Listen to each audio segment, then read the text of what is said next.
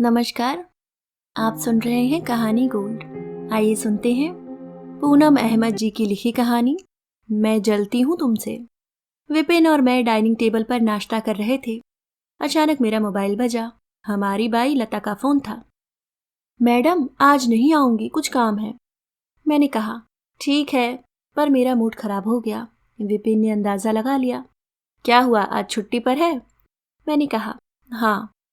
कोई बात नहीं नीरा, टेक इट इजी। मैंने ठंडी सांस लेते हुए कहा। बड़ी परेशानी होती है, हर हफ्ते 1-2 छुट्टियां कर लेती है। 8 साल पुरानी मेड है, कुछ कहने का मन भी नहीं करता। हाँ तो ठीक है ना, परेशान मत हो, कुछ मत करना तुम। अच्छा, तो कैसे काम चलेगा? बिना सफाई किए, बिना बर्तन धोए काम चलेगा क्या? क्यों नहीं चलेगा? तुम सचमुच कुछ मत करना, नहीं तो तुम्हारा बैक पेन बढ़ जाएगा। जरूरत ही नहीं है कुछ करने की। लता कल आएगी तो सब साफ कर लेगी। कैसे हो तुम, इतना आसान होता है क्या सब काम कल के लिए छोड़कर बैठ जाना? अरे बहुत आसान होता है। देखो, खाना बन चुका है, शैली कॉलेज जा चुकी है, मैं भी ऑफिस जा रहा हूँ। शैली और मैं आज शाम को ही आएंगे। तुम अकेले ही तो हो पूरा दिन, घर साफ ही है, कोई छोटा बच्चा तो है नहीं। कोई छोटा बच्चा तो है नहीं घर में जो घर गंदा करेगा। बर्तन की जरूरत हो तो और निकाल लेना। बस आराम करो, खुश रहो। यह तो बहुत छोटी सी बात है। इसके लिए क्या सुबह सुबह मूड खराब करना? इसके लिए सुबह सुबह क्या मूड खराब करना? मैं विपिन का शांत सौम्य चेहरा देखती रह गई। 25 सालों का साथ है हमारा। आज भी मुझे उन पर, उनकी सोच पर प्यार पहले दिन की ही तरह आ जाता है। आज भी मुझे उन पर, उनकी सोच पर प्यार पहले ही दिन की तरह आ जाता है। मैं उन्हें जिस तरह से देख रही थी, यह देख वे हंस पड़े। बोले, क्या सोचने लगी? मेरे मुंह से न जाने क्यों यही निकला। तुम्हें पता है, मैं जलती हूँ तुमसे। जोर का ठहाका लगाकर हंस पड़े विपिन। सच? पर क्यों? मैं भी हंस दी। वे बोले, बताओ तो। मैंने नौ में सिर हिला दिया। फिर उन्होंने घड़ी देखते हुए कहा, अब चलता हूँ। आज ऑफिस में भी इस बात पर हंसी आएगी कि मेरी पत्नी ही जलती है मुझसे।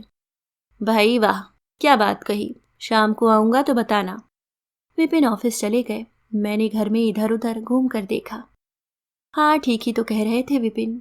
घर साफ ही है, पर मैं आदत से मजबूर हूँ। किचन में सारा दिन जूठे बर्तन तो नहीं देख सकती ना। सोचा बर्तन धो लेती हूँ, बस फिर झाड़ू लगा लूंगी, पोछा छोड़ दूंगी।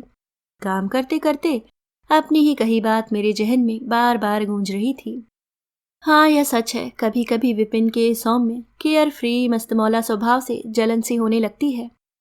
वे हैं ही ऐसे। कई बार उन्हें कह चुकी हूँ कि विपिन, तुम्हारे अंदर किसी संत का दिल है क्या? वरना तो क्या यह संभव है कि इंसान किसी भी विपरीत परिस्थिति में विचलित न हो?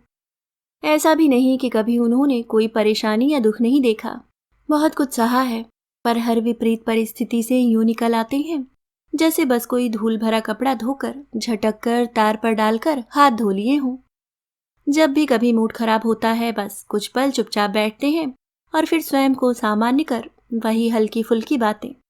कई बार उन्हें छेड़ चुकी हूँ कि कोई गुरु मंत्र पढ़ लेते हो क्या मन में। रात में सोने के समय अगर हम दोनों को कोई बात परेशान कर रही हो, तो जहां मैं रात भर करवटें बदलती रहती हूँ, वहीं वे लेटते ही चैन की नींद सो जाते हैं। विपिन की सोने की आदत से कभी कभी मन में आता है कि काश मैं भी विपिन की तरह होती तो कितनी आसान से जिंदगी जी लेते, पर नहीं। मुझे तो अगर एक बात परेशान कर रही है तो सुख चैन खत्म हो जाता है मेरा, जब तक कि उसका हल न निकल आए। पर विपिन फिर सुबह चुस्त दुरुस्त सुबह की सैर पर जाने के लिए तैयार। विदेश में पढ़ रहा हमारा बेटा पर्व अगर सुबह से रात तक फोन न कर पाए तो मेरा तो मुंह लटक जाता है। पर विपिन कहेंगे, अरे बिजी होगा, वहां सब उसे अपने आप मैनेज करना पड़ता है। जैसे ही फुर्सत होगी कर लेगा फोन, वरना तुम ही कर लेना। परेशान होने की क्या बात है, इतना मत सोचा करो। मैं घूरती हूं तो हंस पड़ते हैं। हाँ, अब यही कहोगी ना कि तुम माँ हो, माँ का दिल वगैरह वगैरह। पर डियर, मैं भी तो उसका पिता हूँ। पर परेशान होने से बात बनती नहीं, बिगड़ जाती है। मैं चिढ़कर कहती हूँ, अच्छा गुरुदेव। जब खाने की बात हो, मेरी हर दोस्त, मेरी माँ, बच्चे सब हैरान रह जाते हैं कि खाने के मामले में विपिन जैसा सादा इंसान शायद ही कोई दूसरा हो। कई सहेलियां तो अक्सर कहती हैं, नीरा जलन होती है तुमसे, कितना अच्छा पति मिला है तुम्हें, कोई नखरा नहीं। हाँ, तो आज मैं यही तो सोच रही हूँ कि जलन होती है विपिन से। जो खाना प्लेट में हो इतने शौक से खाएंगे कि क्या कहा जाए। सिर्फ दाल चावल भी इतना रस लेकर खाएंगे कि मैं उनका मुंह देखती रह जाती हूँ कि क्या सचमुच उन्हें इतना मजा आ रहा होगा खाने में। हम तीनों अगर कोई मूवी देखने जाएं और अगर मूवी खराब हुई तो शैली और मैं कार में मूवी की आलोचना करेंगे। अगर विपिन से पूछेंगे कि कैसी लगी तो कहेंगे कि अच्छी तो नहीं थी, पर अब क्या मूड खराब करना। टाइम पास करने गए थे ना, घर आए। हंसी आ जाती है इस फिलॉसफी पर। हद तो तब थी जब हमारे एक घनिष्ठ रिश्तेदार ने निरर्थक बात पर हमारे साथ दुर्व्यवहार किया। हमारे संबंध हमेशा के लिए खराब हो गए। जहां मैं कई दिनों तक दुख में डूबी रही, वहीं थोड़ी देर चुप बैठने के बाद उन्होंने मुझे प्यार भरे गंभीर स्वर में कुछ यूं समझाया। नीरा, बस भूल जाओ उन्हें। यही संतोष है कि हमने तो कुछ बुरा नहीं कहा उन्हें। और अगर किसी अपने से इतना दिल दुखे तो वह फिर अपना कहाँ हुआ। अपने से तो प्यार सहयोग मिलना चाहिए ना। जो इतने सालों से मानसिक कष्ट दे रहे थे, उनसे दूर होने पर खुश होना चाहिए कि व्यर्थ के झूठे रिश्तों से मुक्ति मिली। ऐसे अपने किस काम के जो मन को अकारण आहत करते रहें। विपिन के बारे में ही सोचते सोचते मैंने अपने सारे काम निपटा लिए थे। आज अपनी ही कही बात में मेरा ध्यान था। ऐसे अनगिनत उदाहरण हैं जब मुझे लगता है काश मैं विपिन की तरह होती, हर बात को उनकी तरह सोच लेती। हाँ, उनके जीने के अंदाज से जलन होती है मुझे, पर इस जलन में असीमित प्रेम है मेरा, सम्मान है, गर्व है, खुशी है। उनकी सोच ने मुझे जीवन में कई बार मेरे भावुक मन को निराशाओं से उबारा है।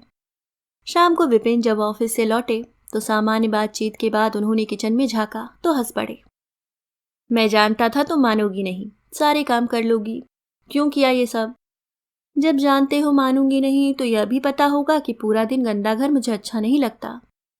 अच्छा ठीक है, तबीयत तो ठीक है ना। हाँ। वे जब तक फ्रेश होकर आए मैंने चाय बना ली थी। चाय पीते पीते मुस्कुराए। चलो बताओ, क्यों जलती हो मुझसे। सोचा था ऑफिस से फोन कर पूछूंगा, पर काम बहुत था। अब बताओ। यह जो हर स्थिति में तालमेल स्थापित कर लेते हो ना तुम, इससे जलती हूं मैं। बहुत हो गया। आज गुरु मंत्र दे ही दो, नहीं तो तुम्हारे जीने के अंदाज पर रोज ऐसे ही जलती रहूंगी मैं, कहकर मैं हंस पड़ी। विपिन ने मुझे गहरी नजरों से देखते हुए कहा, जीवन में जो हमारी इच्छा अनुसार न हो उसे चुपचाप स्वीकार कर लो। जीवन जीने का यही एकमात्र उपाय है। Take life as it comes. मैं उन्हें अपलक देख रही थी। सादे से शब्द कितने गहरे थे। मैं तन मन से उन शब्दों को आत्मसात कर रही थी। अचानक उन्होंने शरारत भरे स्वर में पूछा, अब भी मुझसे जलन होगी। मैं जोर से हंस पड़ी। अभी आप सुन रहे थे पूनम अहमद जी की लिखी सीधी सरल लेकिन गहरी सीख देने वाली कहानी मैं जलती हूँ तुमसे। उम्मीद करती हूँ आपको कहानी पसंद आई होगी। अगर आप चैनल पे नए हैं तो सब्सक्राइब करना ना भूलें और आपके कोई भी सुझाव हो तो हमें कमेंट बॉक्स में ज़रूर बताएं। मिलती हूँ किसी और नई कहानी के साथ। तब तक के लिए मुस्कुराते रहिए। धन्यवाद।